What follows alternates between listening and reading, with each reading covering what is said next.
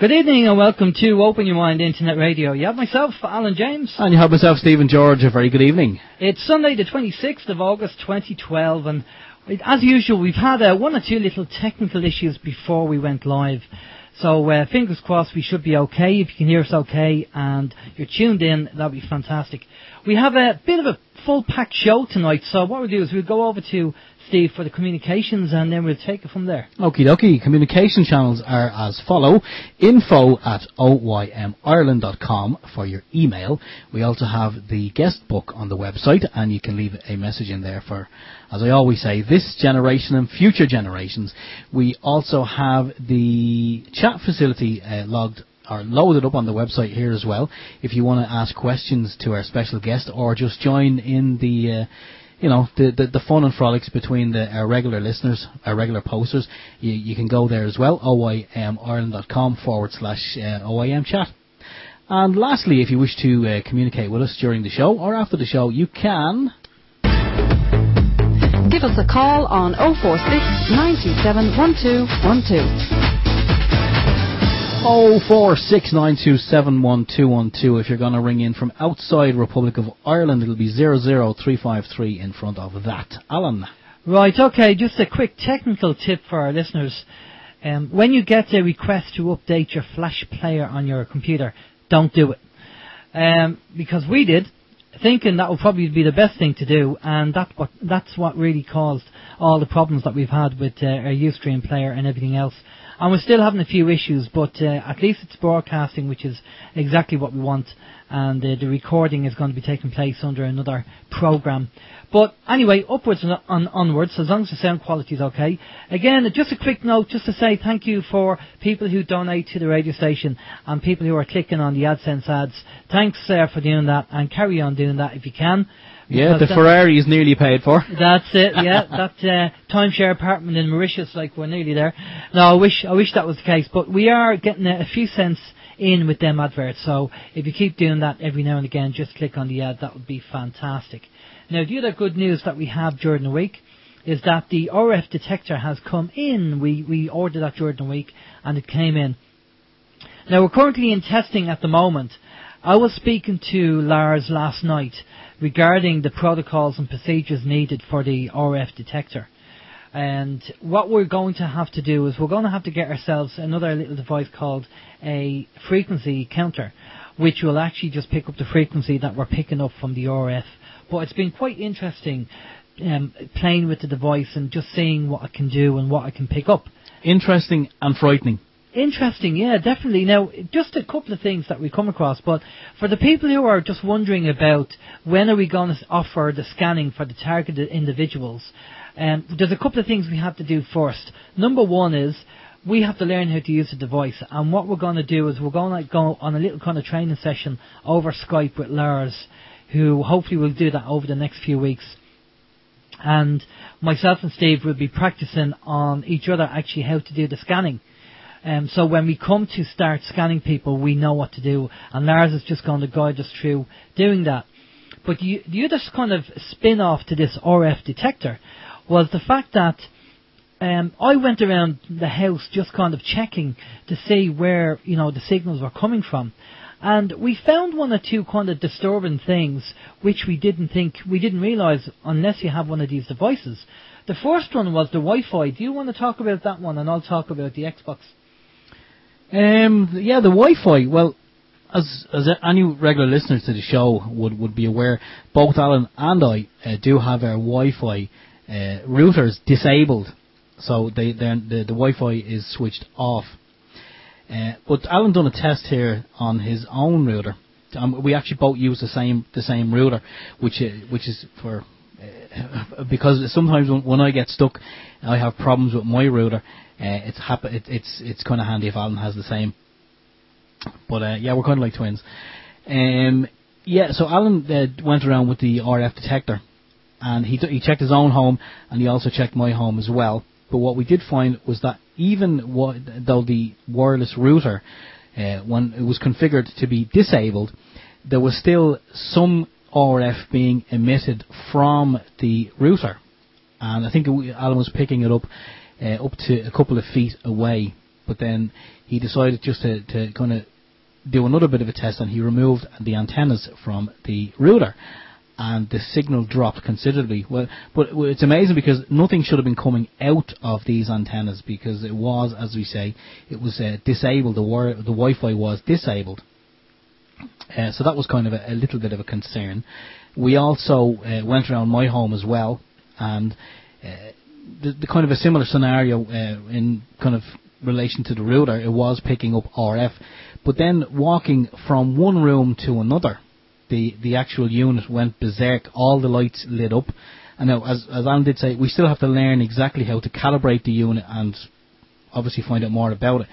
But on just kind of a novice little walkthrough, we did notice that in certain parts of my home, the unit went off the scale, and it was buzzing and lights were flashing, and we weren't actually anywhere near a device, an electronic device, or anything that could be emitting RF.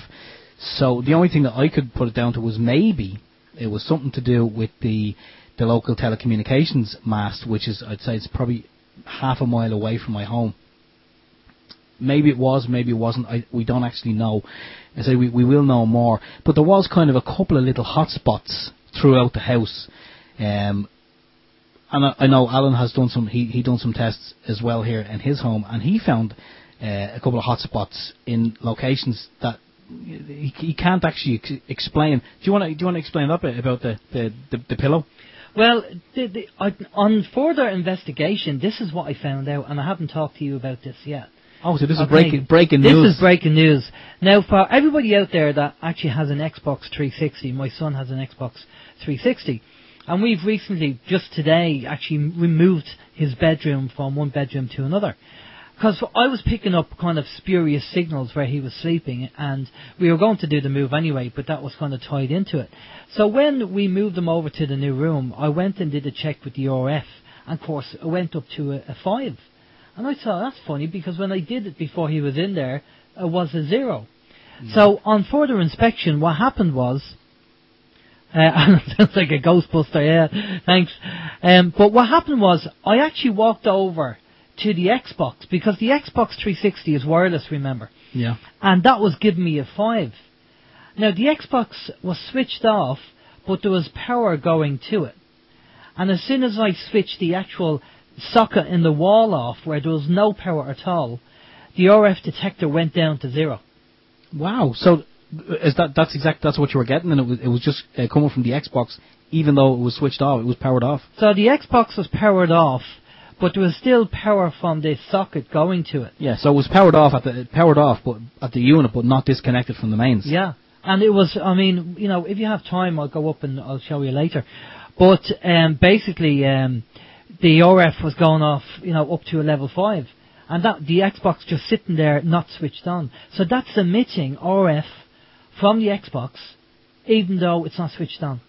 That is amazing. Now, how many people actually have Xboxes in the kid's bedroom, and there's RF coming from that, and they don't know that? They think when they switch it off, it's switched off. I'm sure it's not. It's probably not limited to Xboxes either. I'd imagine the other one, the Nintendo Wii, would probably be the same. We'll have to do a test on a Nintendo Wii as well, because I know they operate wirelessly too. Yeah, I think we'll have to do a few checks with that, you know. Anyway, so that's the information. So for the people who have inquired about targeted individuals who've got in touch with us and they want to know when we'll be offering the scanning, as soon as we do the training with Lars, and he kind of gives us the protocols and procedures, which will hopefully happen within the next couple of weeks, then we will be able to offer the scanning. And you'll have to bear with us as well, because obviously we're new to this. But there is another gadget that we need to get in as well, which myself and Steve are discussing which one we're going to get, which will actually help us in this procedure as well. So we'll let you know. Right, okay, fine. Okay, now, next thing, just on the list, whistleblowers. We seem to have a lack of whistleblowers.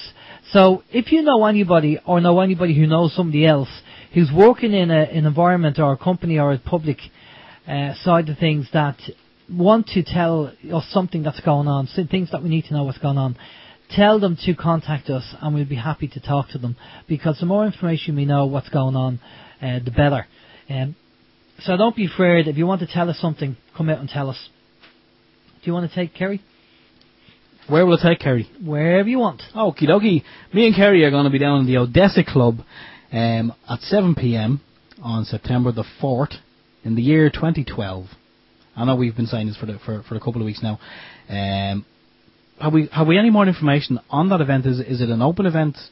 Are tickets required? Do we know? Tickets available on the Project Avalon, I believe, website. Okie dokie. Yeah, so anyway, Kerry's going to be there, Odessa Club in Dublin on September 4th at 7 p.m. We won't be there, unfortunately, because it'll obviously clash with the show. But we wish Kerry the very best of luck with that event. Excellent. And how's your week, Steve? My week's fine. No, it's fine. I know we were kind of just kicking it out before we went live. Whether to mention this or not, it's not really breaking news, but it's just kind of something a little personal.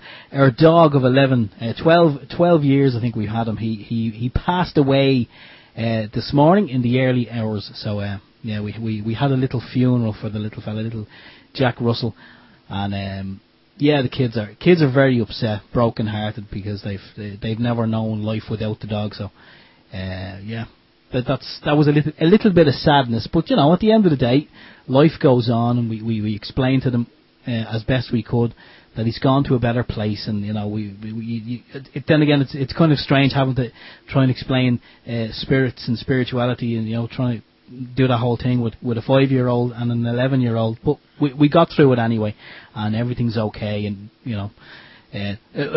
Actually, when Alan heard the news, he contacted me straight away, and he says, I know it was your dog, and I know you had him a long time, but you stay with the family and look after the family, and I'll look after things here tonight. But I said no, I wanted to be here because I know this is my passion. I enjoy this, and the family they're okay. So I won't go. I'll say no more about it. What else? Yeah, I was watching a YouTube video. A little documentary there yesterday. This you know, the whole thing about this pussy riot. Yeah. That's kind of in the news. And Alan is trying to get rid of you. Yeah.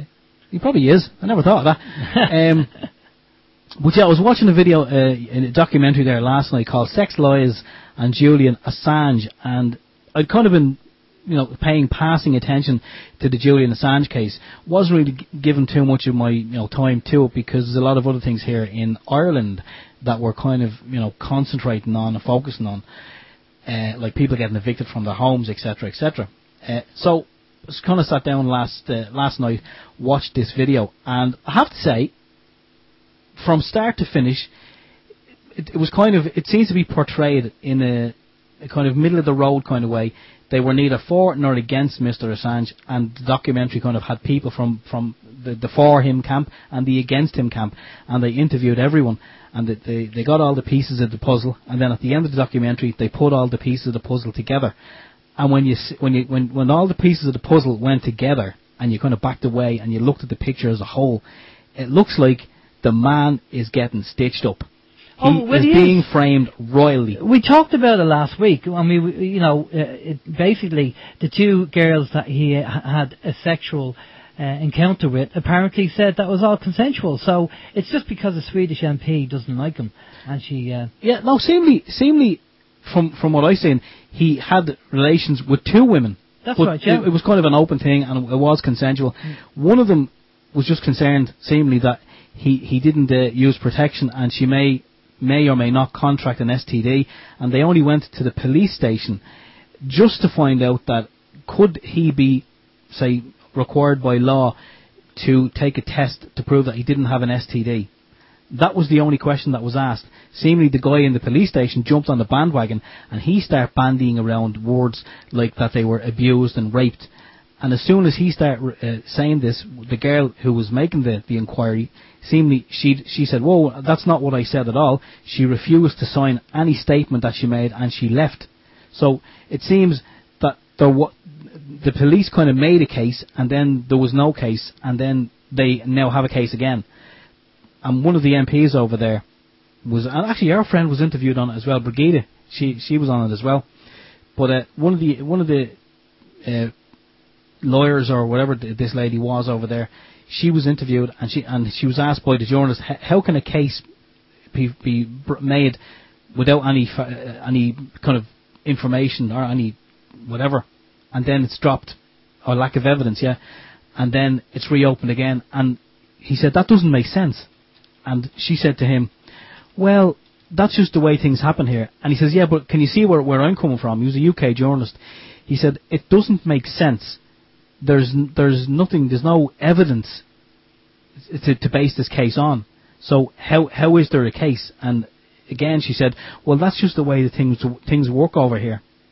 And he says, well, it makes no sense. Yeah. But yeah, I watched it last night. Anyone who's kind of even remotely interested, have a look at it. Sex, Lies and Julian Assange. It is on YouTube. There's two links to it on YouTube. One of them is not working, and it just throws up a sorry cannot play error. But have a look down that list, and you'll find a second link. And it's definitely worth a watch. It's just interesting. Cool. But yeah, other than that, now, I mean, I'm sorry, not that much to report. Say outside of the whole RF detector devices, because I know we've been kind of tic-tacking back and forward all week in relation to that, and I have been doing my homework and research and the frequency counters and all bits and bobs. But yeah, that's about the size of it. So how was your week? Well, just a couple of things, because we want to get Jim in shortly, because our guest tonight, as we might have said there, is Jim Mars. Well, just a couple of things. We know there's a lot of disinformation out there. There's loads of disinformation going around. So just be careful, have some discernment when reading or viewing this information. And if it resonates with you, fine. If it doesn't, then just leave it, because there's just so much. People, you have one person saying, well, my inside contact says this, and somebody else saying, my inside contact said this, and they both disagree with each other. So there's so much of that out there at the moment. Just be careful. The other thing that's going around at the moment is to talk about the pole shift, or the potential pole shift. And we'll probably talk to Jim about this if he knows about it. And apparently, thanks to Lord Viper for some information. And one researcher says that we will need to be 750 feet above sea level, and Ireland will actually drop 150 feet because the plates will be moving. So some countries will go up and some countries will go down, and Ireland will obviously go down 150 feet.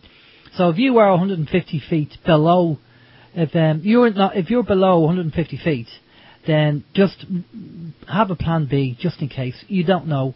And nothing mightn't happen at all. It might be just all a ruse or something. But to be on the safe side, always have a backup plan anyway. And it's always good to be safe, Okay, without further ado, we're going to bring our guest on tonight. Now, this chap is a legend. I will say a legend in this area, in this information, in the anti-New World Order, if you want to call it. But Jim has been around for such a long time. So I'm just, if you haven't heard of Jim, you haven't really done any research. And Jim has been around and done so much great work out there. So we're pleased to have Jim on the show, and we'll get an update on what Jim's doing. I believe that Jim was working on a book as well. We'll talk to Jim about that. But we'll just bring Jim in. Good evening, Jim. How are you doing? You there, Jim?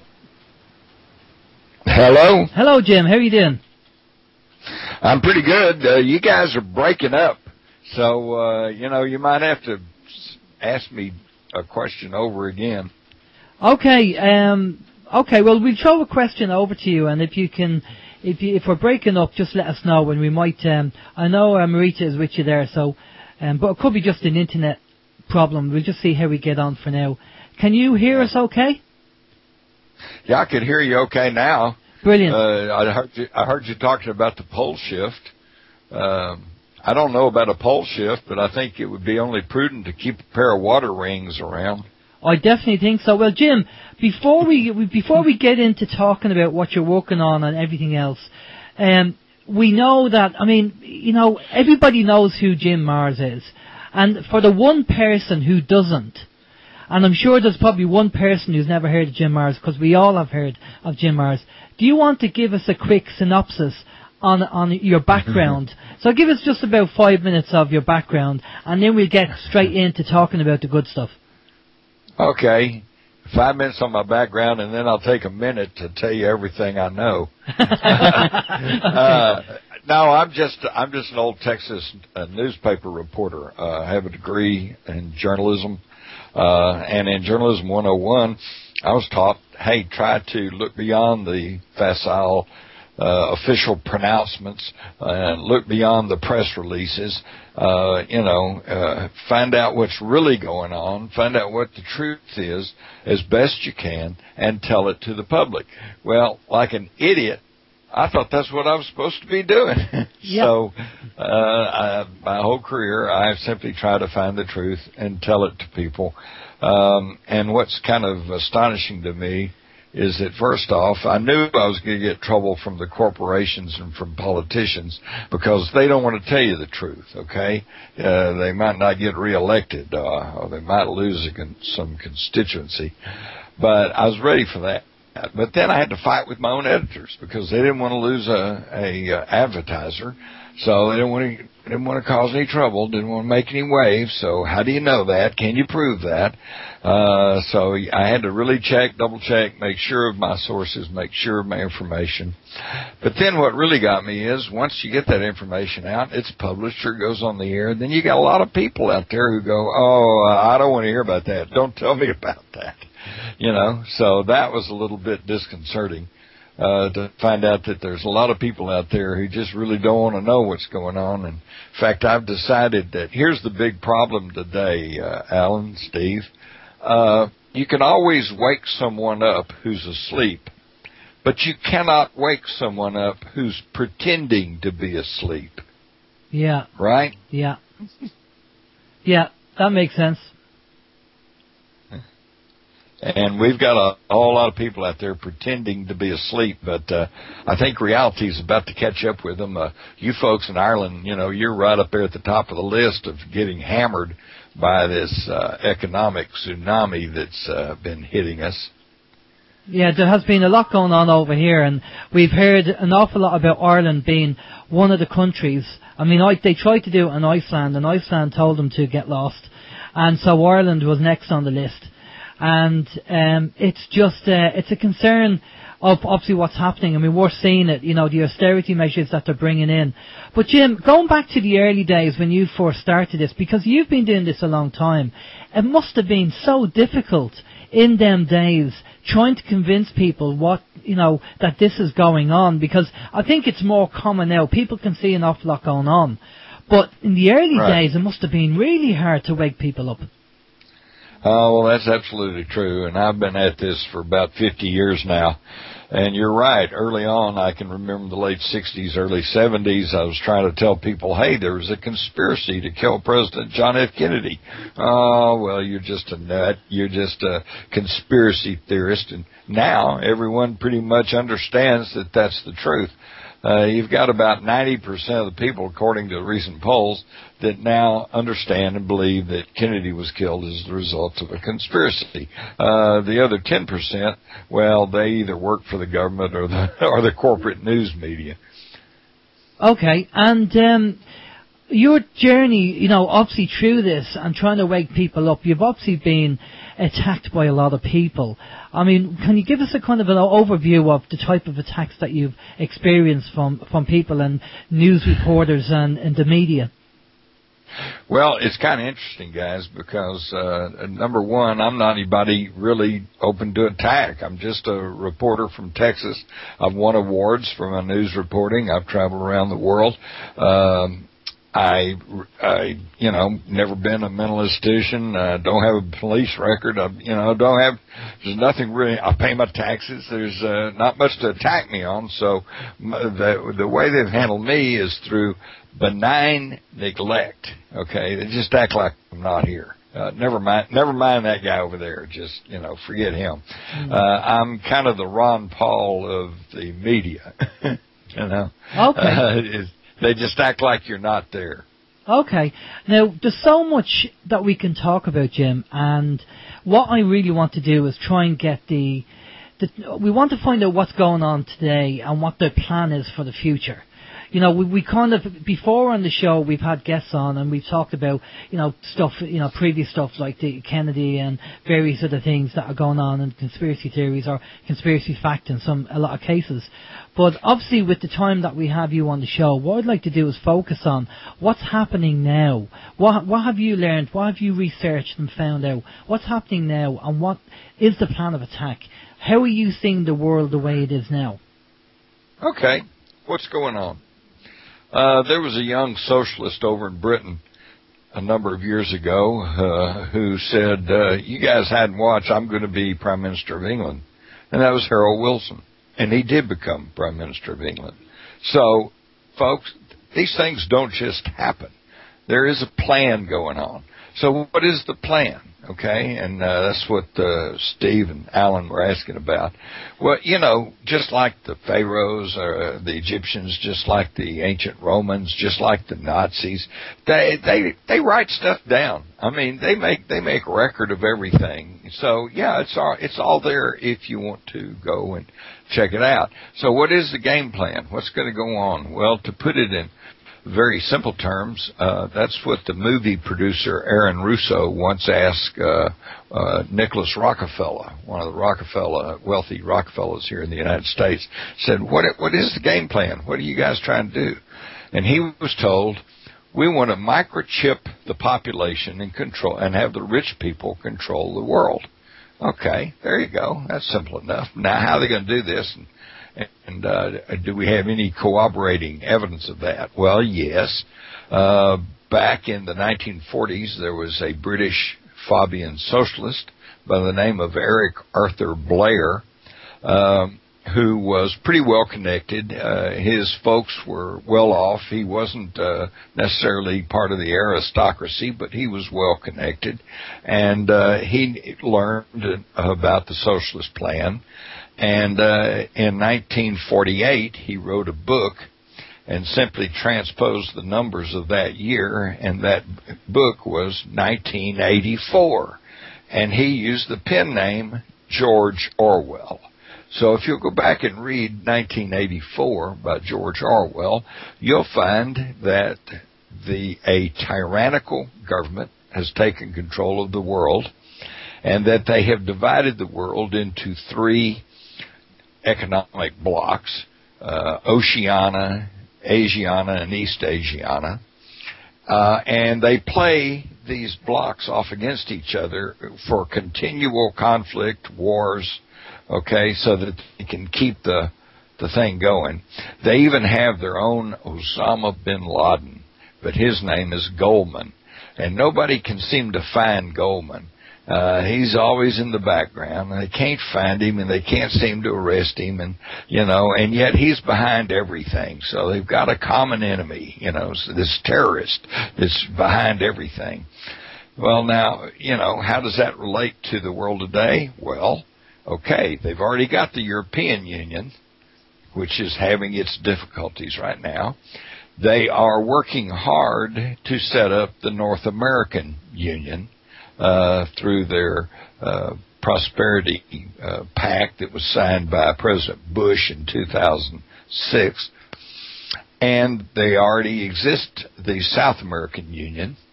And then, of course, in the future it would be simple enough to create an Asian Union, because most of the Asian nations are pyramid structures of power. In other words, a handful of people at the top control all the rest of the people at the bottom.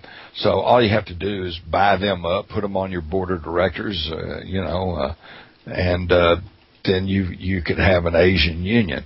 And then they will be playing these blocks off against each other. So I think that's the game plan. You hear talk of the New World Order and that it's one world government. Well, no. They don't really want a one world government, because then everything would be run out of just one point of reference, just one center point, and you couldn't have the conflict that they require to maximize their profits and their control. Does that make sense? It does indeed, yeah, it does indeed. We have a few questions coming in. I just want to say we have a few questions coming in on the chat facility, and people who want to kind of talk about, the Nazis and the Rothschilds and stuff like that, but maybe if we have time we'll do that. I think that's old history. We know who the Rockefellers are, we know who the Rothschilds are, we know what the Nazis did and where they've been involved. So I don't really want to go back and talk about that stuff because a lot of people are well aware of it. I think we're more concerned about what's happening now and what's going to happen. And obviously other things outside that. I mean, like for example, this pole shift thing. Now, we know that every 26,000 years the Earth goes through it goes through a change into this photon belt. And they're talking about within the next few months, maybe up to next year, that this change is going to take place. And it's a natural occurrence. And it just happens, and that's just the way it goes. The crust of the Earth apparently changes or shifts, and the plates of the Earth move. And so I don't know whether that's something that you've looked into, Jim, because obviously with the underground bases, and there's a lot of talk about the underground bases are there, and then you get another faction turning around and saying, oh, they've been blown up, and there's Russian troops coming into the US. Do you know about all this stuff? Have you come across this stuff? Oh, yes, I'm well aware of all this stuff, and there is some truth to it. How far this reaches and how far down the rabbit hole you go with all this, I guess, is, as you just said, you're going to have to kind of make up your own individual minds about this. But I do know that some years ago I was in New Mexico and stayed at near a big military base there. And I stayed at a motel, and when I got up to go eat breakfast, there were signs in the lobby that were all in German. And I asked the manager of the hotel, I said, why are all these signs in German? He said, well, because what used to be the East German military is now over here training. And I'm thinking, well, training for what and against whom? And so, yes, and there are pretty credible reports that there are foreign troops in the United States today. We know China has 2 bases at either end of the Panama Canal, and now there are reports that there are Chinese bases in Mexico. I think that the whole world's being set up for a real dramatic shift in the status quo. Now, as to the pole shift, can that happen? Yes. Has that happened before? There seems to be good evidence that it has happened before. But when you start talking in terms of 26,000 years, we may be looking at something that's very, very imminent. It's going to happen 500 years from now. Well, that's kind of not our worry today, is it? But I think it would be prudent on everybody's part to be aware of these things. Don't let it warp you out because no matter if the infrastructure of civilization remains even partially intact, then your bills are still going to come in next month, right? Yeah, no, sure, guaranteed. You'll always have to pay tax somewhere along the line. That's right. Well, forget taxes. Governments can rise and fall, but Visa card will always be after you. Exactly. So with everything that's going on, because we're hearing that there is a radio show host in America called John Moore, The John Moore Show. And I don't know whether you've heard of Jim. And he talks a lot about this pole shift. And he talks about there's equipment being shifted from the east coast of America. And the Russian troops coming in, there's private flights coming in with Russian troops. Now, I don't know how true that is. And there is as I said, during the start of the show, you'll get one person saying, oh, my inside contact said this, and then you'll have somebody saying, my inside contact said this, and there's all this contradictory information coming out. So how do you filter the information you get, and where do you get that from without actually saying in particular? Well, for one thing, you have to look and read and listen and watch and view a wide variety of information. Don't rely on any one source. Check out all the sources, and for goodness sakes, don't fall into the trap of only reading. If you have a leftist political view, don't fall into the trap of just reading leftist websites, because then you just get one view. Go ahead and read the right wing too, and if you're a right winger, read what the left wing has to say. They're not always wrong. mostly wrong, but not always. And, find out what's going on and from a variety of sources, and then use that God-given computer in your head called your brain to figure out what's real and what's not, what's true and what's not. I was very perturbed not long back. I met a lady on a airplane flight, and how you end up sitting next to them and you get to chatting, and she was obviously a businesswoman, quite successful, probably in her early 30s, and somehow we got to talking about UFOs, and she had a big interest in UFOs, wanted to know, are they real, is there what's going on, and I told her what I had known, especially since my book Alien Agenda has now been translated into about a dozen languages, and I am told is the largest selling nonfiction book on UFOs in the world. And she was very interested in that, and we had a very, very intelligent conversation, and as we were getting close to landing time, she looked at me very seriously and said, "Can I ask you a question?" And I said, "Sure." And she said, "Are vampires real?" Now, that just really bothers me, because people have to be very careful of what they buy into. And particularly if you're young, I guess if you see vampires on TV and you go watch vampire movies and you read vampire books and you like the Twilight series or whatever, well, that's all great entertainment, but don't let that start becoming your reality. So study things from a variety of sources. And I'll tell you, here's a little trick that I do. I get a piece of information and it stretches my credulity, and I go, huh. So I put that in my file. Very good. Which means I don't automatically reject it, but I don't automatically accept it. I just put it in my file. And then you wait, and over time, other bits of information will come in, which will either support that or deny it.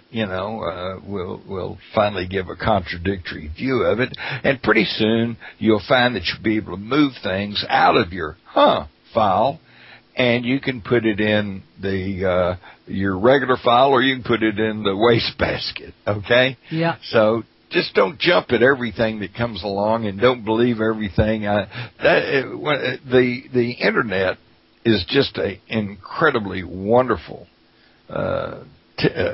technology, but because the upside of the Internet is that anyone and everyone has access to the Internet. Of course, the downside is that anyone and everyone has access to the Internet. So you've got to learn to be a little bit particular, and you have to learn some discernment when you get out and surf along the Internet. And that's when you want to use your file. That's a great way to explain it, Jim. That's a great way. Myself and Steve have always said that we have a fluid belief system. And just, what we know today, and if we find something out next week which contradicts what we know this week, well, then we're open to that.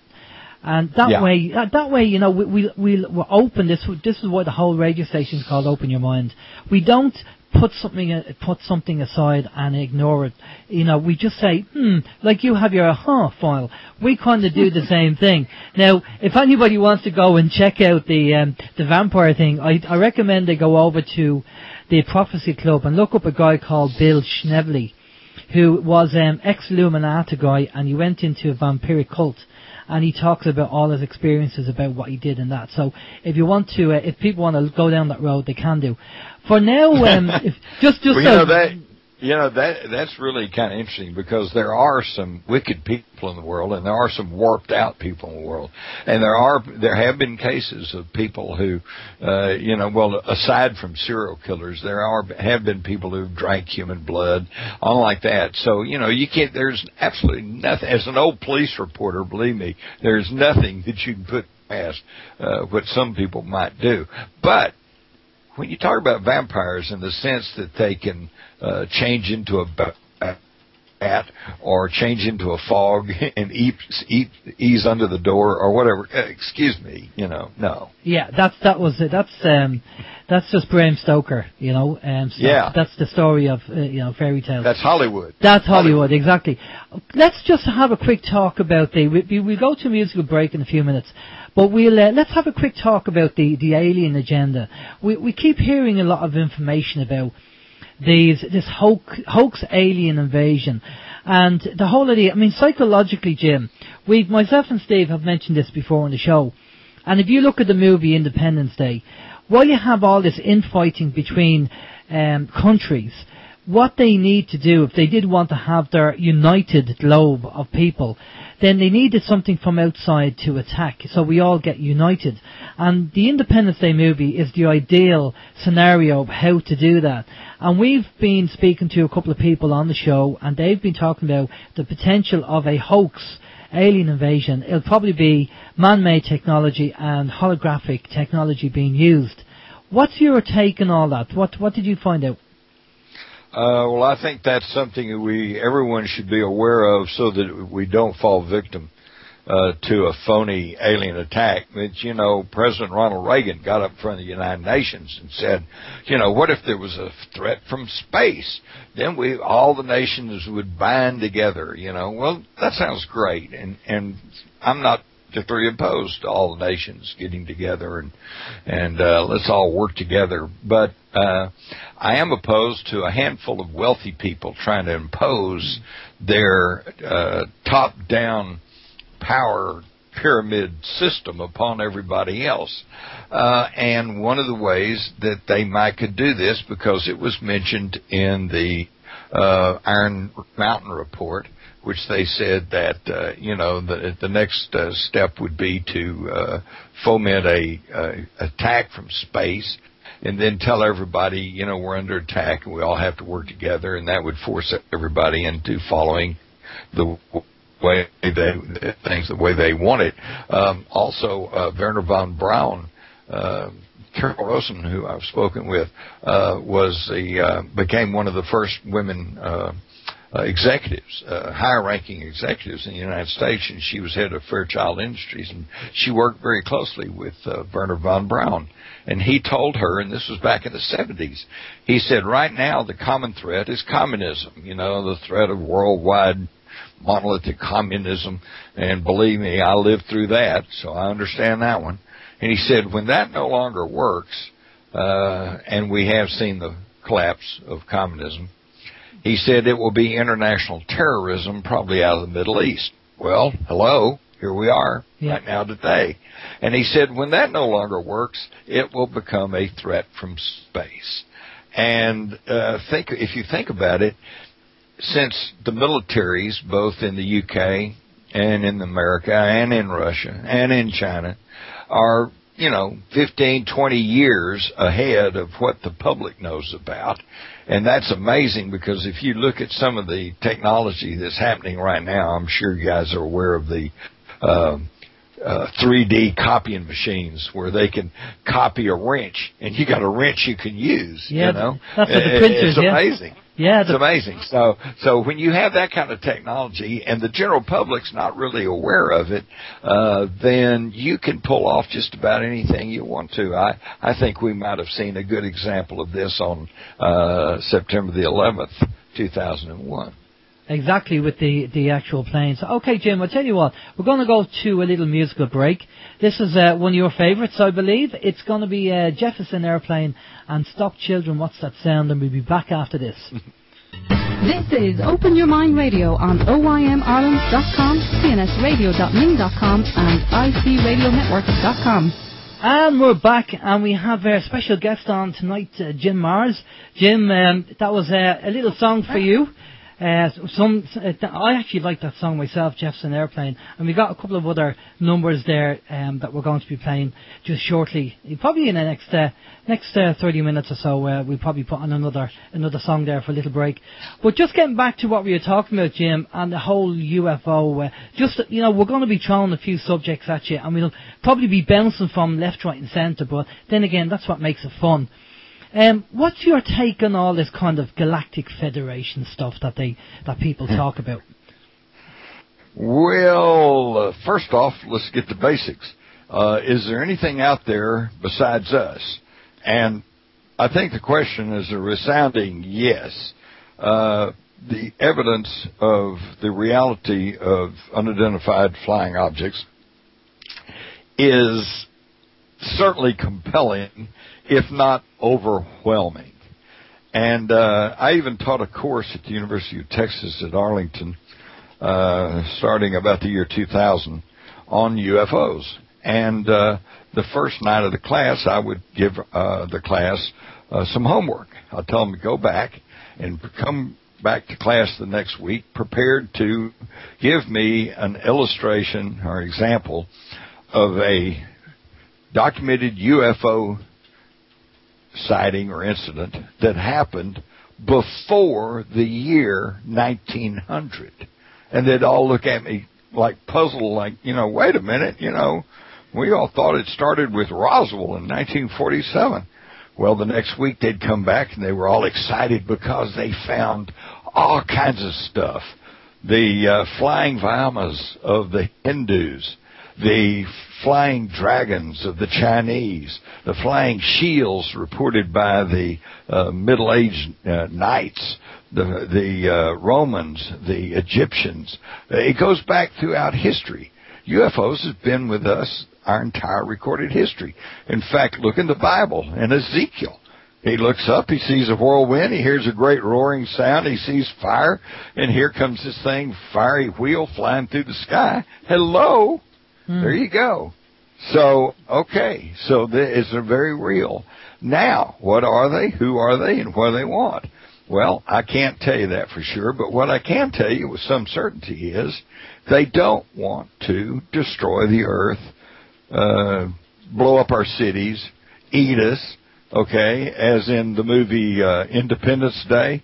If that's the case, if that was their agenda, why in the heck didn't they do it long before now? Why didn't they do it when the only thing we had to fight them off with was swords?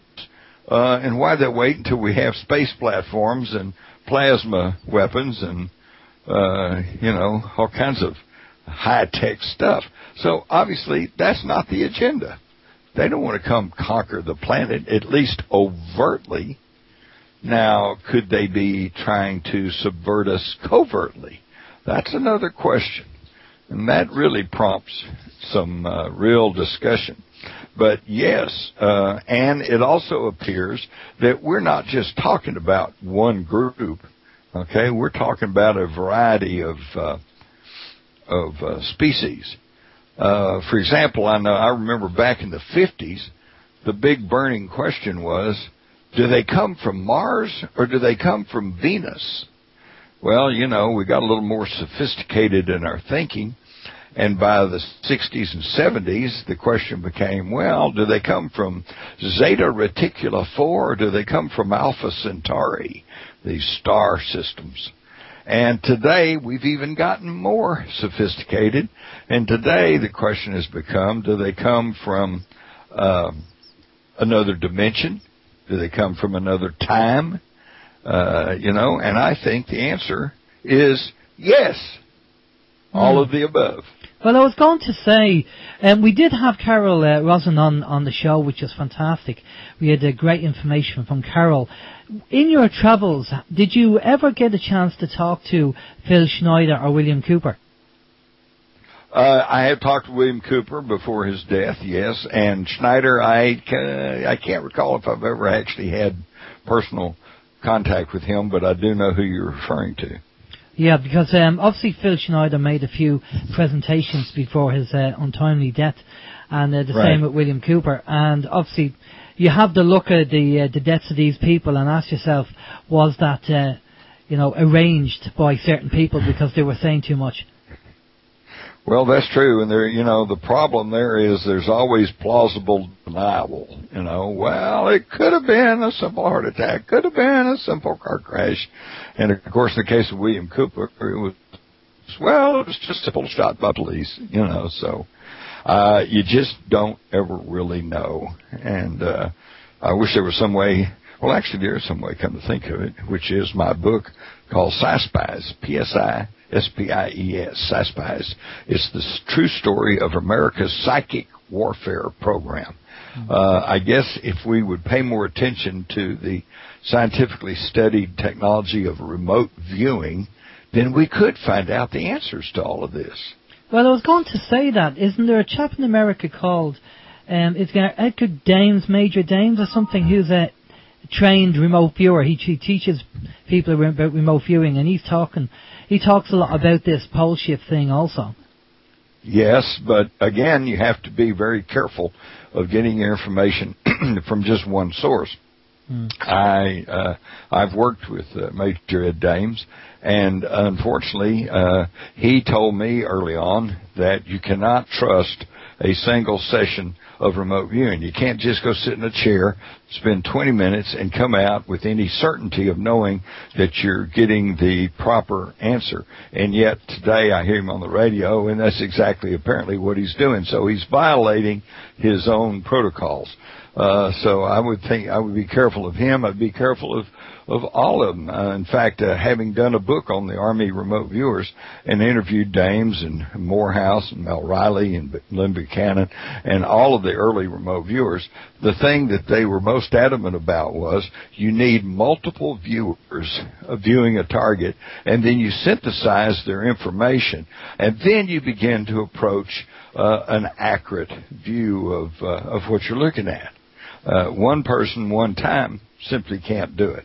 So again, and now there's people out there who are offering courses in remote viewing and offering tapes and everything else. So I would just say buyer beware. I think so.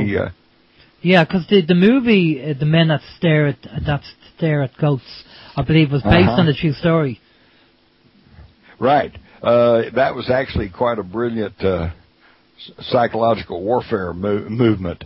They did this movie, and I got to say that almost everything they show in the movie at one time or another was probably based on some true incident. I even know the names of the real people who actually were involved in that.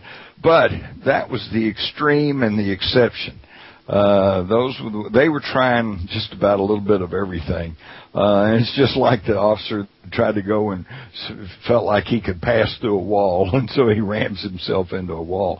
That happened one time with some guy who was trying to make a point. Okay, but in publicizing that movie and putting that movie out, this is what they call limited hangout. Yes, we tried some of this. No, it didn't really work. So most people who go to see that movie think, well, that's the silliest thing. That's the biggest waste of taxpayer money I ever saw. And they tend to tune out the reality of remote viewing, which actually worked. In fact, guys, I would tell you that from my perspective, I truly believe that the psychic remote viewing that was done by the U.S. military and its counterpart in the old Soviet Union, which they were called extrasensors, okay, and they were also psychic warriors. I think these two programs were actually probably more responsible for the collapse of communism and the Cold War than anything else, because the Cold War was built on secrecy. We weren't sure, the West wasn't sure what they had, what their capabilities were, what their intentions were, and likewise, the Soviets, they were not absolutely certain what our intentions were and what our capabilities were. Well, with the advent of psychic remote viewing and their extrasensors, they could go into the locked places. They could go into the secret facilities. They could see what we had. And it turned out we had everything we said we had. And it turned out they did not have everything they said they had. And they began to realize, well, this is just, there was no more secrecy, and the Cold War collapsed. Well, that's funny, because I did read a story, and I don't know how true it is, but apparently they were looking for, in the 60s, I take it, they were looking for funding for the remote viewing project, and the politician was a bit hesitant who was in charge of it, about doing the funding, and they asked him to put like a piece of paper or something in a filing cabinet in his house, and he was invited along, and he came to this place, and he was introduced to the remote viewers, and the remote viewers went into this room, and they were just chatting to each other and having a cigarette and scribbling. And the politician turned around and said, look, these guys are just sitting around talking and having a cigarette. I'm not going to fund this. And your man said, hang on a minute. So the actual remote viewers came out and gave the pieces of paper. And exactly what you had in the filing cabinet was on the paper. And the politician said, how much do you want? That's right. There were several incidents just like that. My favorite was when the Air Force came to them, and they were the same opinion. They thought it was a bunch of silliness, and they said, oh, you can't see anything. And they said, well, give us a target. So, like idiots, the Air Force gave them one of their most top secret aircraft that nobody was supposed to know about. And the remote viewers, accurately described it, drew it, and completely broke secrecy, and the Air Force freaked out. But they also then became clients of the technology. So yeah, that was their favorite thing actually. When it came time to try to get funding, is they would let these politicians or these other higher officers, they would let them pick a target. Yeah, and sometimes they would even let them do the remote viewing. But I think that's fantastic. I mean, that's a great way to get your funding. What about all this? What about all this out of I'd say off planet? They talk about off planet, the moon, the Mars, and we have obviously there's people on YouTube who say they're using infrared night vision goggles, ex-military goggles that they're using, and they can actually see these crafts moving. And they have the technology they have is like probably 50, 100 years well ahead. Because one of the things that was also talked about was one chap said all the things that you see in Star Trek, like the replicators and stuff like that, are stuff that they have. I mean, David Wilcox talks about they have looking glass technology to see into the future. Right. Well, I've actually looked through some of those high-tech military goggles, and yes, you see stuff moving around up there, but I couldn't swear to you what I was looking at. It could be satellites. It could be comets. I have no idea. I wouldn't swear to you that it was a UFO, but then I wouldn't swear to you that it was not. So I don't know, but I'm just here to tell you and your listeners that there's a whole lot more going on than what we're being told about in the conventional corporate-owned mass media. Well, definitely, and obviously, what about the off-world stuff? I mean, you hear about that NASA or the military have pilots who will, are designated off-world pilots because they're using technology that's so advanced that they're obviously travelling. And of course, there's issues with the moon as well. They're saying, just behind the moon, the dark side of the moon, that you have bases. Now, I'm just throwing this out there because I've read a lot about this. I'm sitting on the fence on it, and probably Steve is as well, but just to get your take on what you think. Yeah, well, basically you're talking about our secret space fleet, right? That's right, yeah, exactly, yeah. Yeah. Okay, like you and Steve, that's in my file right now. Because, I've heard a lot from that. I've even talked to people who claim to be in it. I've even talked to a naval officer who said he personally made a trip to Venus. Okay? Wow. And so I can't say that there's nothing to all that, but yet I can't confirm all that because it's secret. It's just like, the issue of chemtrails. All you have to do is look up, and you can see these long plumes of chemicals that are stretching from horizon to horizon, and they don't dissipate, they don't evaporate, they spread out, and they drop on you, and you have to breathe it. And yet you try to tell people, man, that's right in front of your eyes. But you try to tell people that they're dumping chemicals on you in this chemtrail program, and the government denies it. Well, that's not happening. Those are just plain old contrails. And, when they deny it, where do you go from there? Yeah, that's what I always say. When I look at people like Drake and Benjamin Fulford and a few other people, and they're talking about, the white hats are getting, they're really getting attacking the Illuminati, and the Illuminati and the Cabal are struggling at the moment. And I just say, and I've said it before on the show and said it to Steve, as long as I keep seeing chemtrails in the sky, I know they're in control. You know, because you can see. That's true. You can see them. You. I will totally believe Benjamin Fulford, and that there is a major counterattack going on against the New World Order when I no longer see chemtrails in the sky. Exactly, because you can physically see them, and this is why when you listen to people, and I'm not being derogatory in any way to these guys, but you have Benjamin Fulford and Drake and a handful of other people who come out with this information, and one inside information said he says this, and then this other person said he says this, and so you never know, what's going on, and you never know who's part of the CIA, who's part of the disinfo. And I mean, that's right. Have you? That's right. I distrust everyone except you and I, and quite frankly, I wonder about you. Right. Okay. Oh well, we're always sitting on the fence. We've been sitting on the fence so often now. We've got splinters on our bum, So that's splinter in your bum. Yeah, exactly. Yeah, we keep it clean. We keep it clean. But there was an English guy who was convicted, and they wanted to extradite him over to the US for hacking into the computer system. Yeah. Okay. If he was the Pentagon admits that he did no damage. Okay, and he went trying to look for UFO information, and he hacked into the Pentagon computer systems, and what did he find? The secret space fleet. Names of ships, names of officers, okay? Now, and the Pentagon says, oh, no, there's nothing to all that, and they also say he did no damage to their system. Then why are they so adamant trying to get him extradited back to the United States where they can lock him away for the rest of his life? Yeah. Obviously, he got onto something.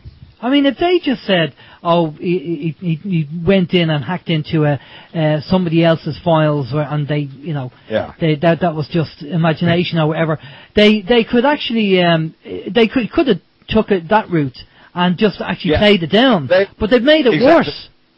They should have said, well, we were just kind of ballparking a possible Hollywood science fiction movie scenario, and he happened to get into that file. Yeah, there were ways they could have done that, but no, obviously he got into something very serious. Which made it. Now, tell me something. You obviously get, privy to a lot of information. Where is your discernment, and is there information that you've been told that that I cannot tell people that because that's too sensitive? No. Hey, that's, unless I have an agreement beforehand, as a trained, experienced, and lifelong journalist, if I come to you and you say, okay, I'm going to tell you something, but I want you to promise this will be off the record. And I agree, I say, okay, this will be off the record. If I make that agreement with you beforehand, then I will not reveal that information. Okay? But I've got to say that, this is Alan, right? Yeah. Alan, I've got to say that in my years of experience, and that's almost half a century now, there is very, very little of information that I have that is truly proprietary. I pretty well tell just about everything I know. Even if I can't say it outright, I can at least hint around about it or put it in somebody else's words, okay? So there's very little information that I have that most people can't get to. It's all pretty much open source information. Okay, so if a whistleblower comes to you, what do you ask them? Obviously, word of mouth is one thing, but documentation is better. What are they? Exactly. What do you ask them for before you actually release the information? Well, in many instances, some of the people I've dealt with over the years obviously have been military. Okay, so one of the first things that I want to see is I want to see your DD forms. Okay, let me see your military records. And having had some experience with those, I'm not going to say it's impossible, but it's going to be very difficult to pass off phony military records on me. So you check military records and you find out they are who they say they are. They were where they said they were. And at that point then you have to assume that They're telling you what at least they believe to be the truth.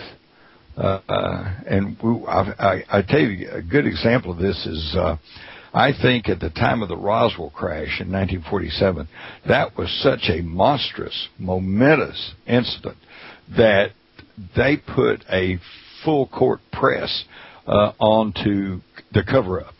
And they did all kinds of things, including telling people at somewhat lower echelons cover stories.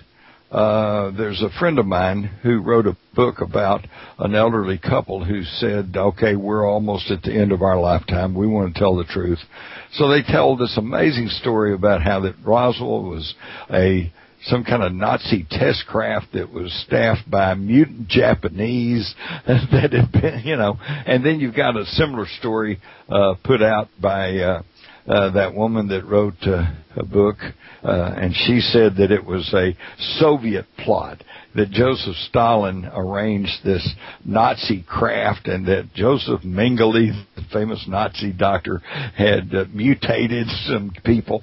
Okay, now these stories come from people who were there at the time and who had records to prove that they were there at the time. And yet, when you pry into that story and peel back the layers, you find out that they had no firsthand personal knowledge of this. These were stories that were told to them by higher authorities. And since at that time we were in World War II mode, which is, hey, military's everything. Have a problem, call the military. Yes, sir, for king and country. And therefore, if a higher officer told you something, you simply accepted it as the truth. So what I'm saying is, these people who've told these various stories about Roswell, they are not liars, okay? They are telling what they truly believe to be the truth, but they did not know it firsthand. It was told to them, and it was cover stories told to them to simply complicate the whole picture in later years, which it's done, thrown it all into controversy. This, by the way, is also the key to the cover-up of the John F. Kennedy assassination. There was never been a cover-up in the classic sense that there's a lack of information. In fact, it's quite the opposite. There is a plethora of information, too much information. And there's charge and countercharge, claim and counterclaim.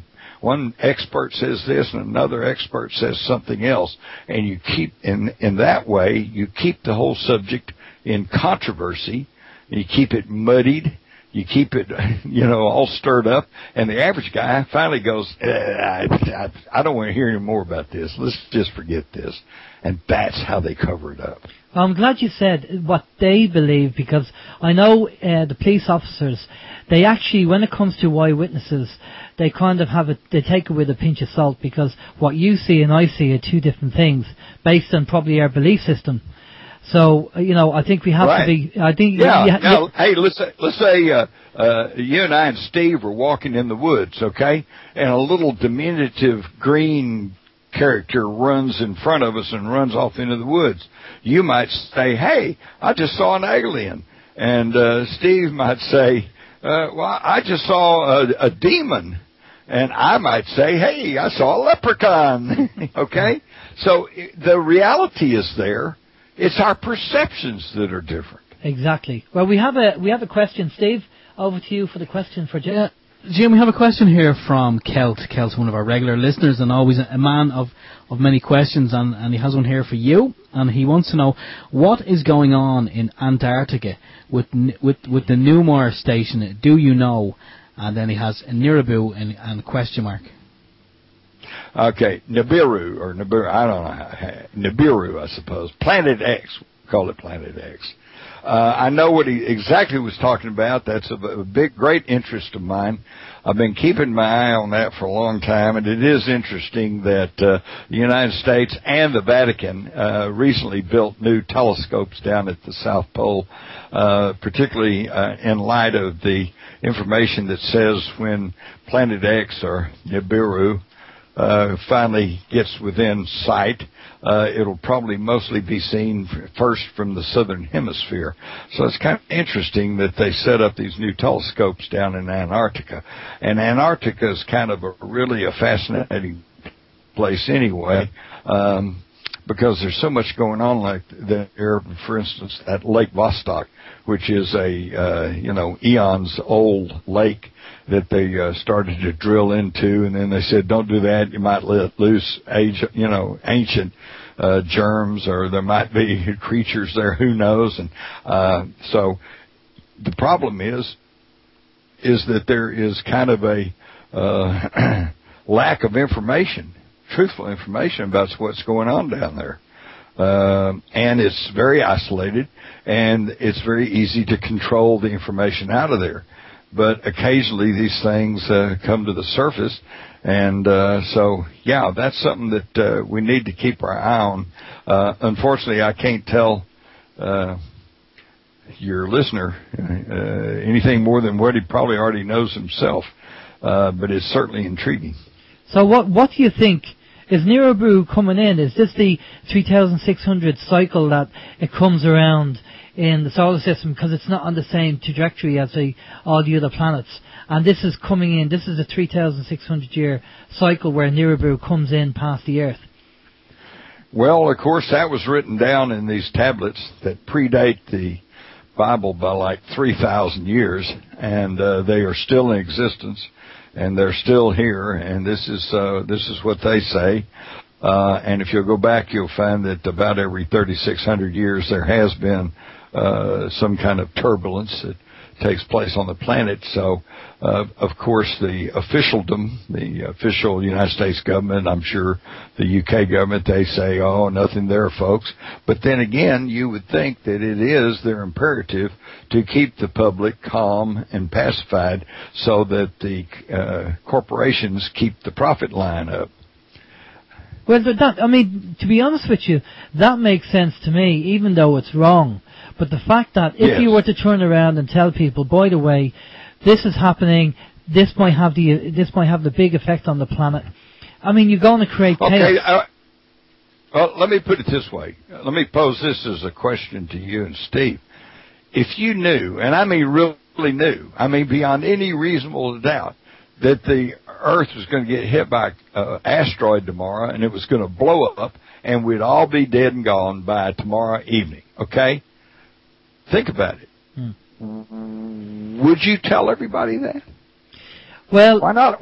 Or would you let them have their last few hours, in peace and tranquility? Well, would they listen to you? That's the thing. Even if you went off and told people, would they look at you and go, yeah, he's been on the sauce too much? Right, they wouldn't listen to you anyway, would they? Exactly. So you could go off and tell them. Say, you're a gloom and doomer. You're just a conspiracy theorist. They'd probably say, what was in your tea?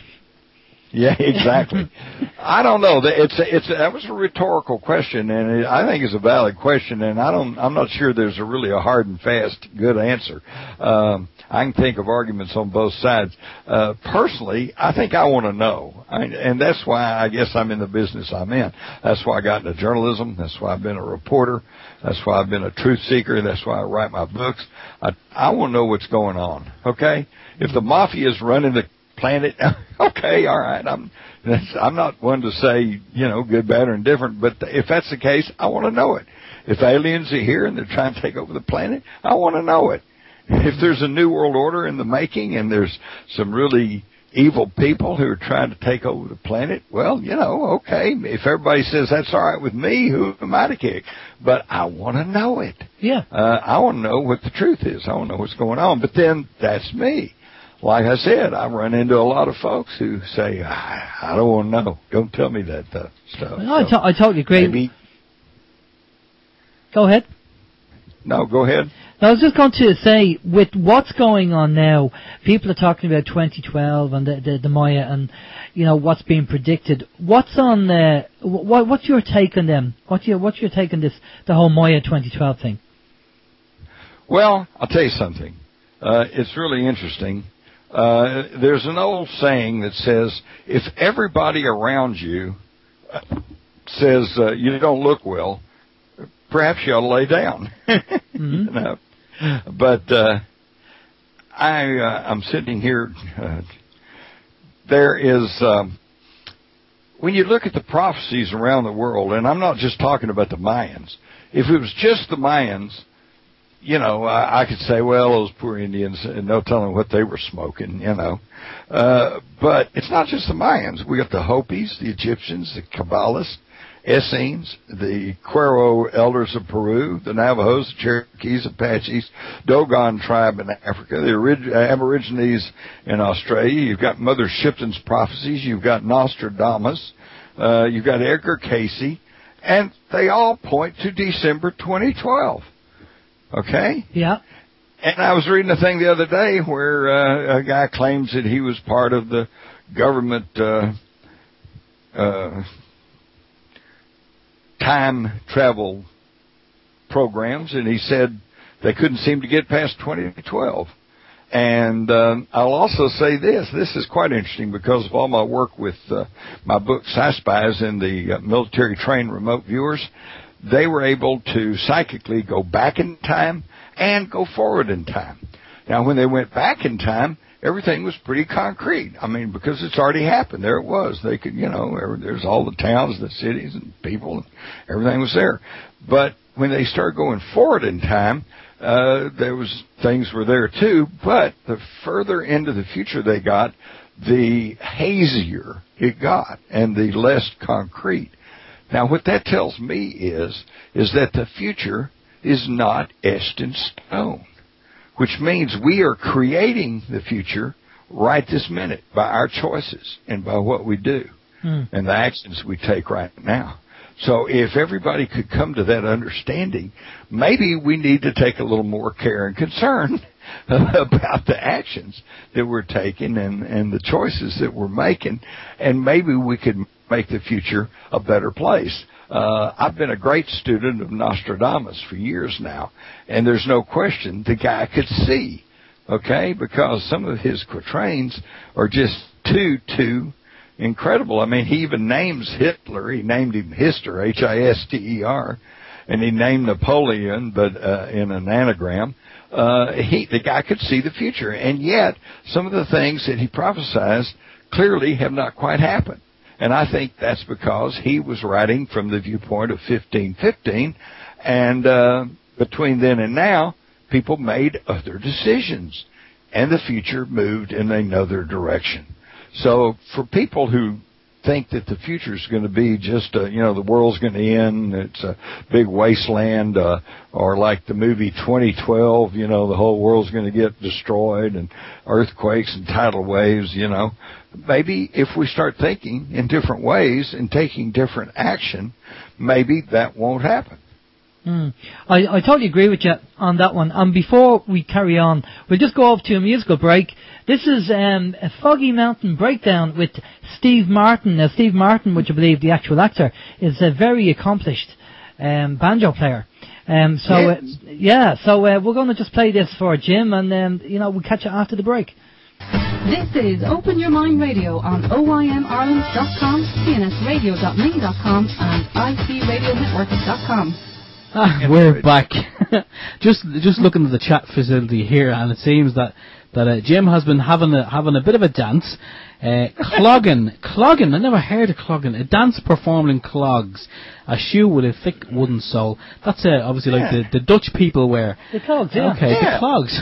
Okay. It's like the old mountain people. They couldn't afford shoes, so they just made wooden shoes like the Dutch, and they'd dance this shuffling dance, and it's called clog dancing, and then got to be called clogging.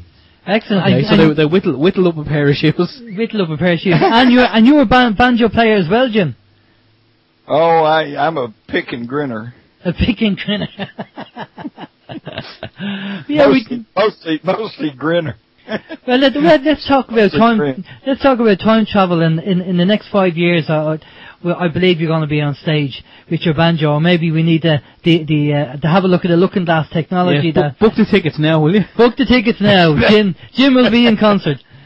Jim, That's right. just getting back to the time travel stuff, what do you think of this multi-dimensional, the whole idea of the free will, and the free will, whatever choice you make changes the route you take.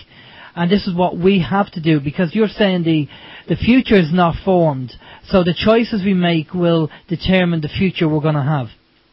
I think that's right. Well, let me put it this way. I'll give you two examples. Let's say you go out of your studio there and you step out in your street, you get hit by a bus. Okay? Now, there's a point in time, you have free will. You don't have to leave the studio. You don't have to leave your house. You don't have to step off the curb. You don't have to get in the street. And if you're in the street, you see the bus coming, and you got time, you jump out of the way.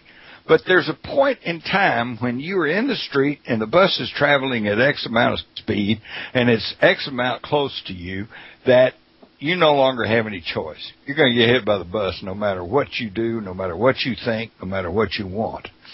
And I think that kind of illustrates where we are. Let's think of time as a really vast river. I usually use the Mississippi, but let's call it the Mersey, okay? Now, Mersey's a big river, all right? And you're on a raft, a little float device, and you're in the Mersey River. Now, you have two choices. You can either just kick back and relax and go with the flow and float down the Mersey, or you can turn around and try to paddle upstream, and it's going to be difficult, and you're going to wear yourself out and try to go against the flow. And just think about it. You probably know a lot of people who are trying to go against the flow, right? Yeah. And they're making life very difficult for themselves. Okay, but wait a minute, Jim, you say. Don't I have some free will? You know, what if I don't want to just float and go with the flow? Well, okay, so you're on your float, you're in the Mersey, and you make yourself a little paddle. Well, you can paddle over to one side, or you can paddle over to the other side, or you can tack a little bit and kind of make your way upstream a little bit. And you have free will within the universal flow of time. Mm. But when all's said and done, that flow of universal time moves on, and it's going to take you with it. So it's just a question of knowing where you want to go and making some plans and living with your own freedom of choice within the flow of time, if that makes any sense to you. Mm. No, that's, see what I'm saying? Yeah, no, that's you have a lot of free will, but it's within a certain God-given flow, if you want to view it in that way, or the universal flow, universal chronology. I kind of see it as, imagine you have there's multiple roadways, and these multiple roadways are your life laid out in front of you, and your free will chooses which road you take. So although you have free will to choose, then there's predestinations on these roads. You to say. Yeah, I'll put my teeth back in. No, I see what you're saying, and I think we're saying the same thing. Yeah. Yeah, you come to an intersection, and there's, say, 6 different roads ahead, veering off in different directions. So you have free will. You can take any of those 6 roads you want. I think what I'm trying to say, though, is at the end of all 6 of those roads, you're probably going to kind of end up where you would have been anyway. Yeah. That's the predestination. Mm. And what's obviously you've heard of this looking glass technology. Have you heard anything else? I mean, if these Cabal have this technology, and they can see what's happening, like even in the next 5-10 years. I mean, what do you think is going to happen with the banks? What we've seen is there's been a lot of exposure of things going on with the banking system. A lot of high-profile people have resigned, or they've been sacked, or they've been found out by committing fraud, and they've been investigated. So there's a lot more now. In the last 2 years, we've seen an awful lot more of these people coming out. What do you think is going on? Do you think there is a kind of a coup d'etat going to take place in the world with people who are just fed up with the Cabal, or do you think this is all orchestrated and programmed? Well, that's a good one. I think it's a little of all of that. I think that they have gotten so greedy and rapacious that the system has been built up like a pack of cards, and it's starting to all crumble down. And I don't think they can stop it. Okay? And that freaks them out. And that's a big problem. Now, on the other hand, and to hasten that along, you've got people who have worked for these, for want of a better expression, these New World Order types who have been creating all this. And they've been working for them for years. And they always thought that they were doing the right thing because they're working for these rich people and these powerful people. And they want a little bit of that action for themselves. That's why they go and they become members of the Royal Institute of International Affairs and the Council on Foreign Relations. And they become members of the Bilderbergs and have those meetings once a year because they like to rub elbows with the rich and powerful because they want to be that too, okay? Now, some of these people may be evil people, but a lot of them are fairly decent folks.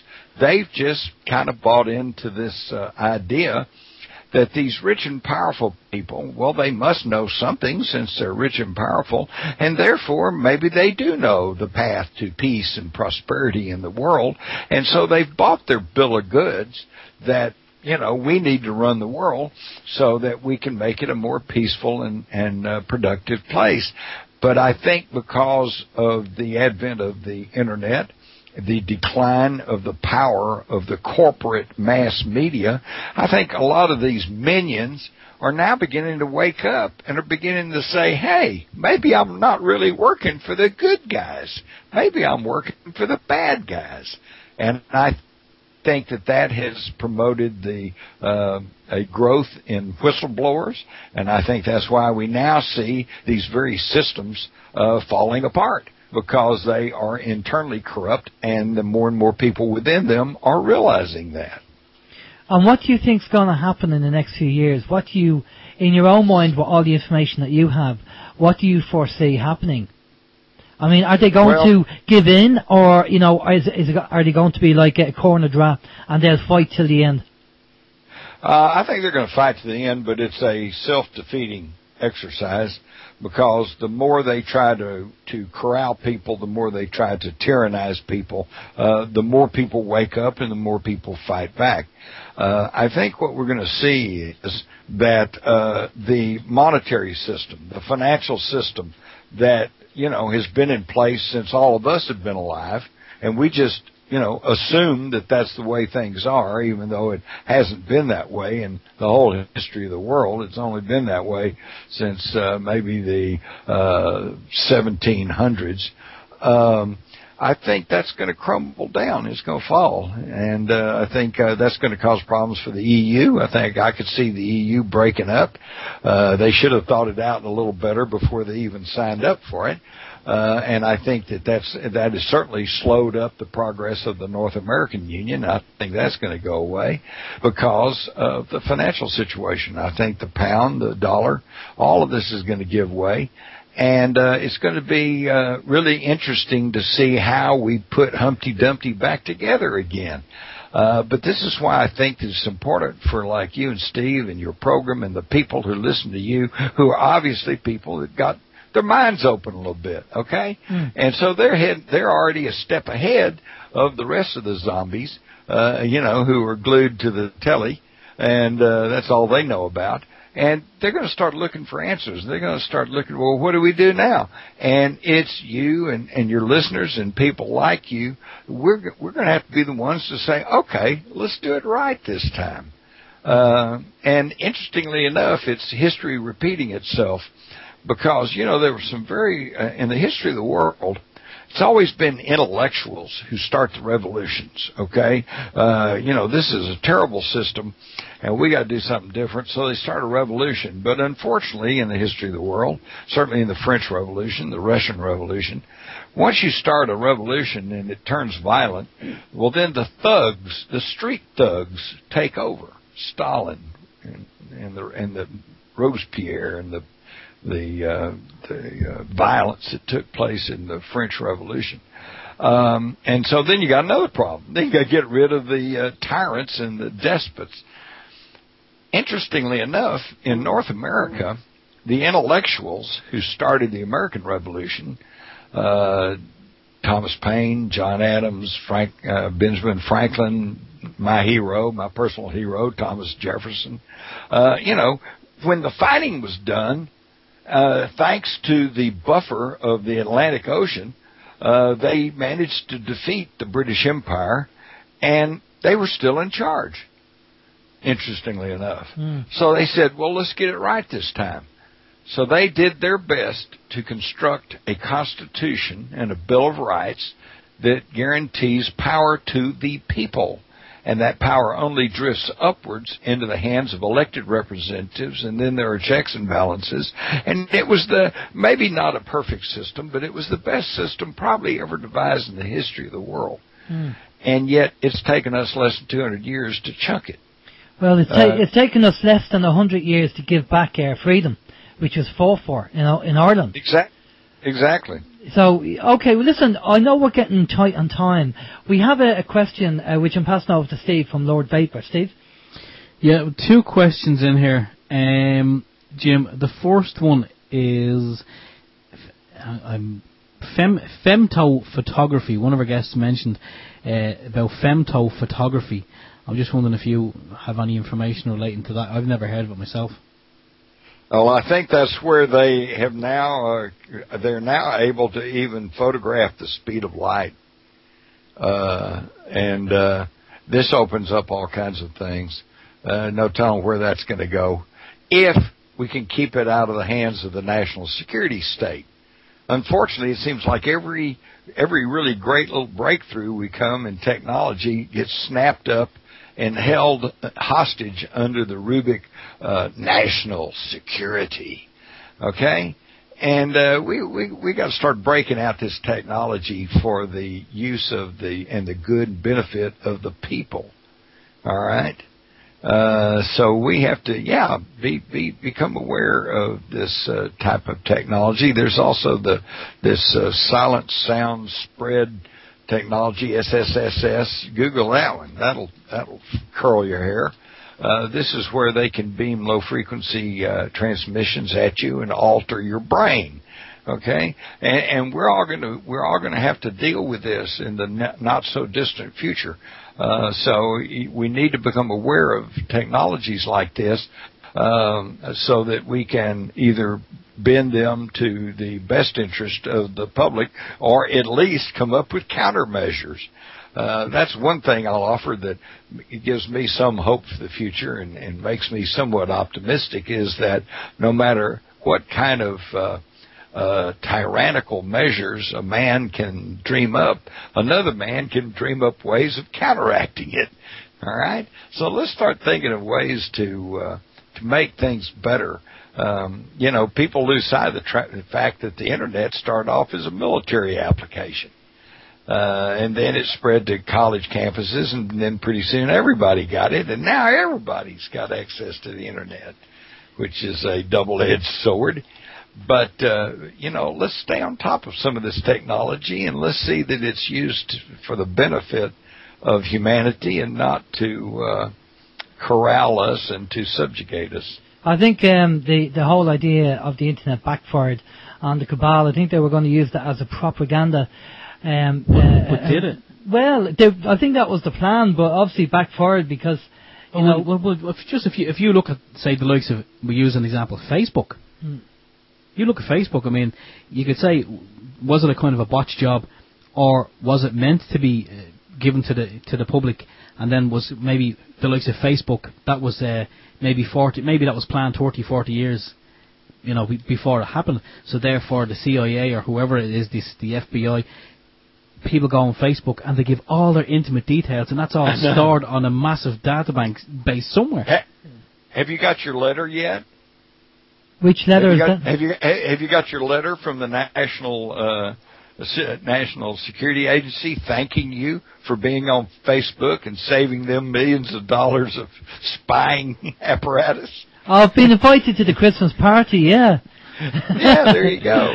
They love it. They love it. I can't believe it. You know, I mean, people who would, you know, if you knock on their door and say, you know, we're from the government, and we'd like to ask you about your sex life and your travel habits, and they'd tell you to go take a hike, and yet they put all that information up on Facebook, which is the same as pasting it up on a public billboard. Exactly, yeah.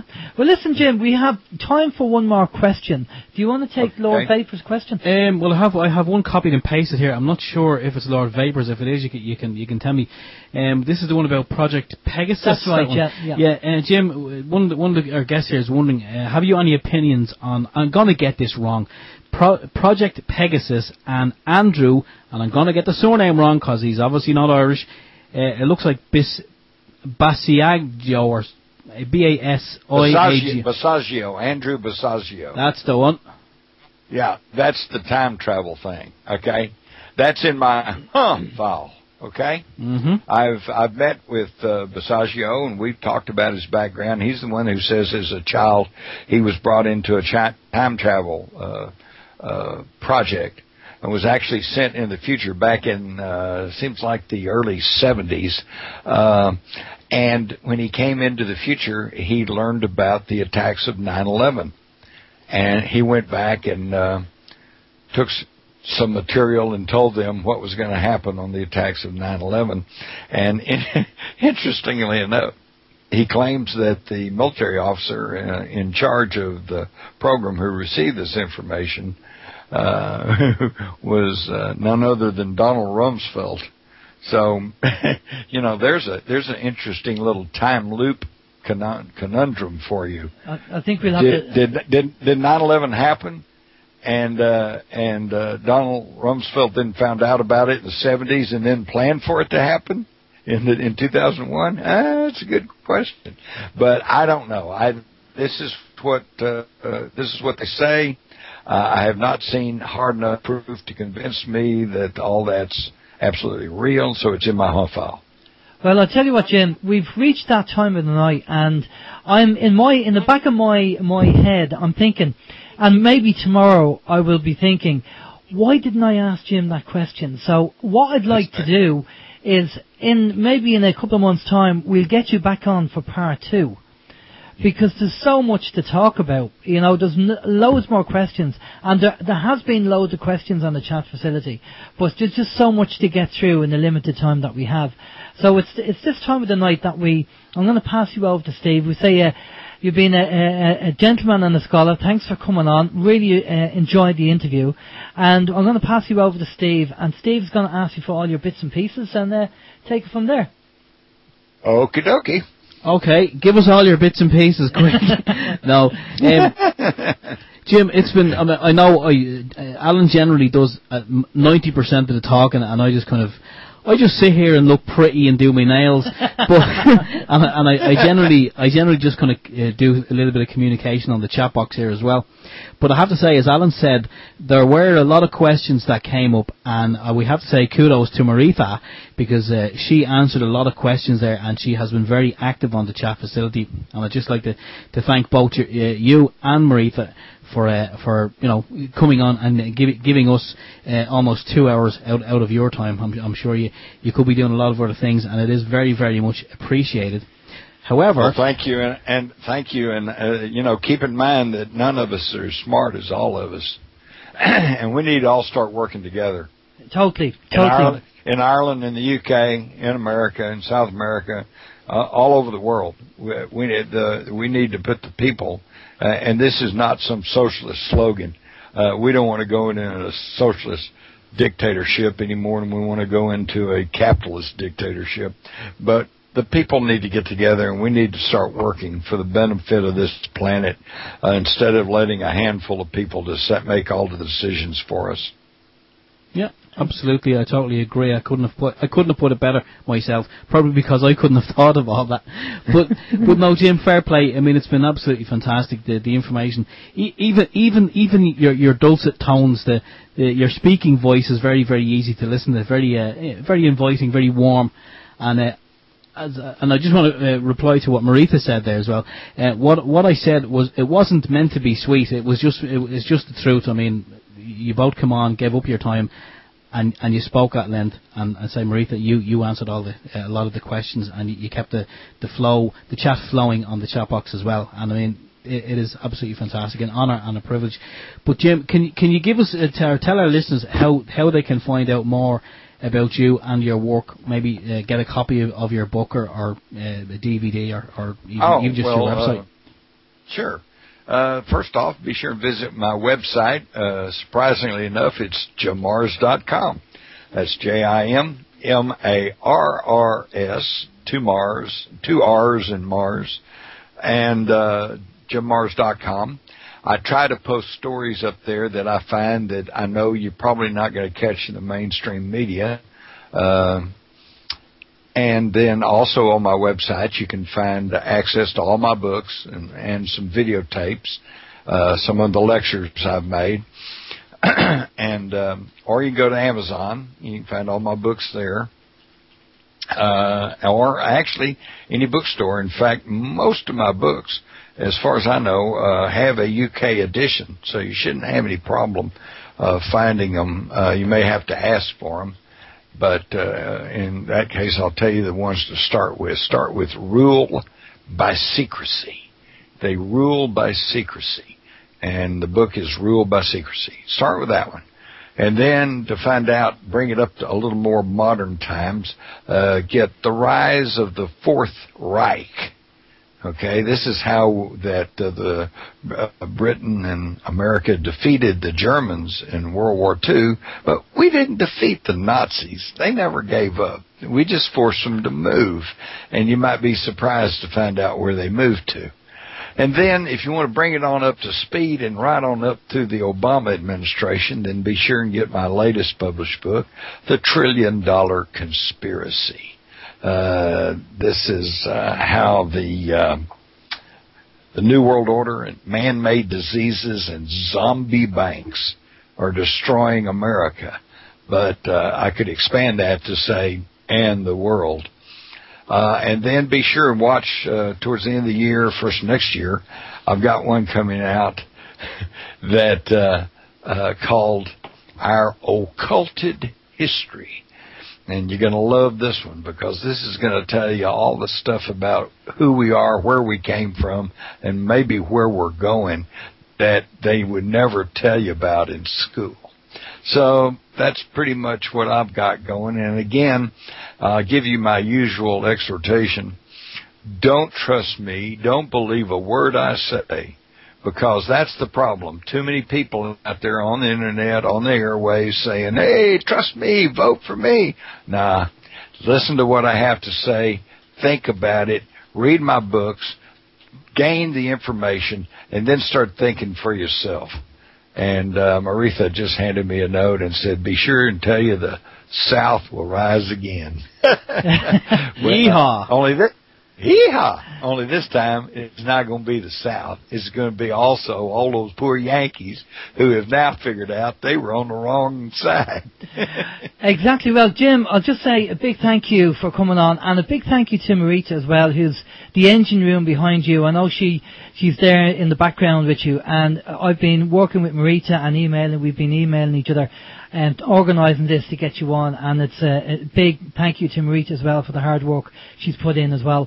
And we'd like to get you on in a few months' time, if you're up for that, to carry on part 2, because there's so many questions that are going to be there that we need to talk to you about. So if you're up for that, it'd be great to have you back on the show.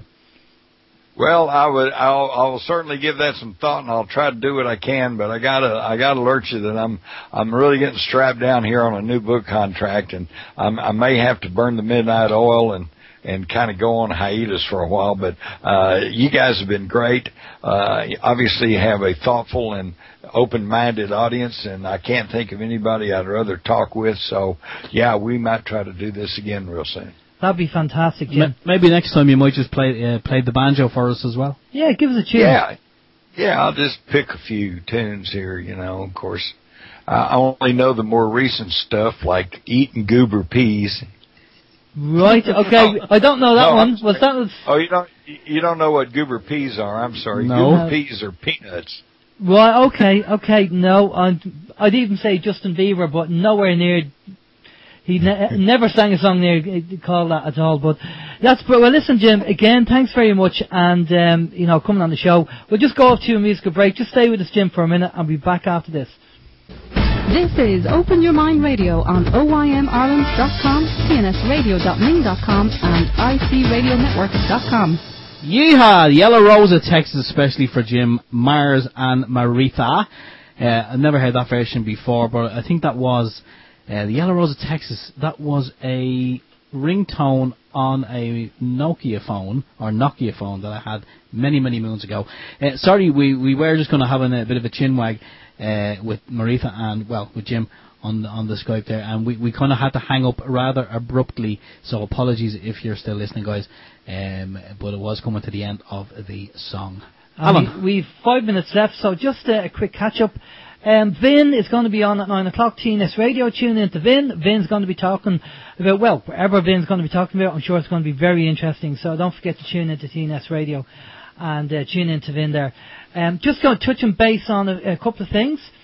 Right, okay, next week we have Mike from stopsmartmeters.org.uk.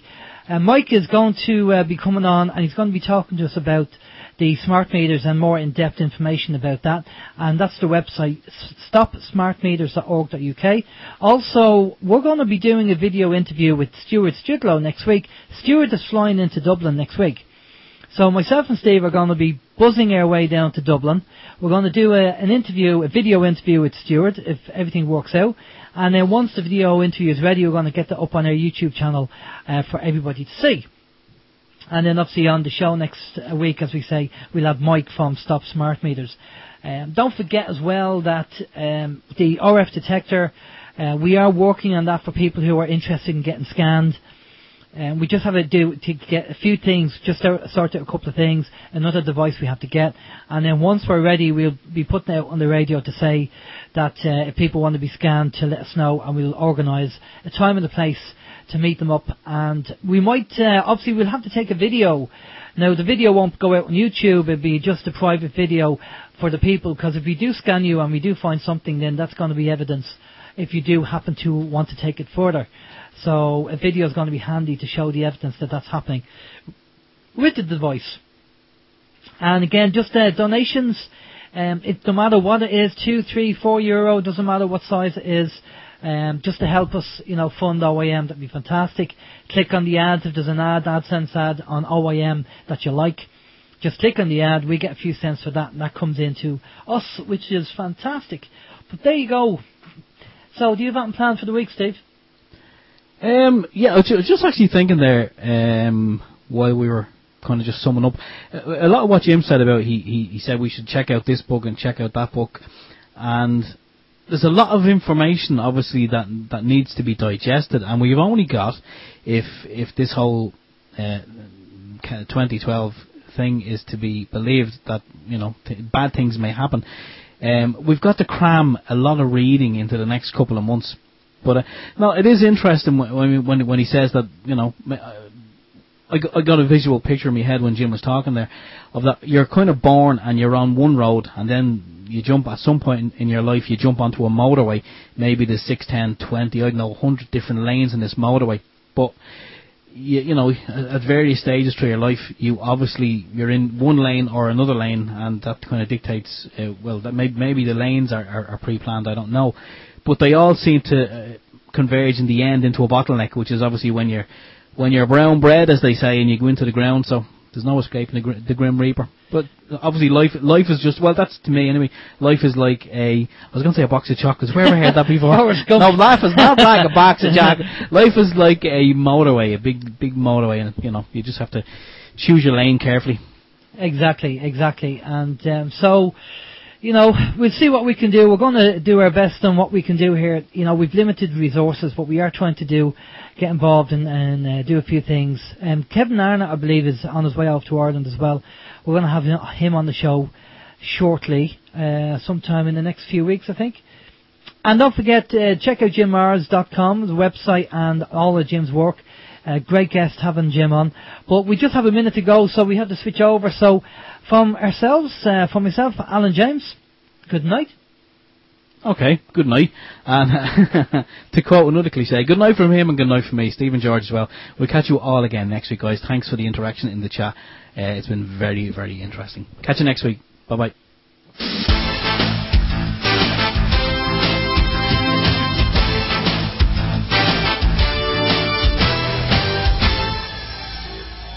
Open your mind.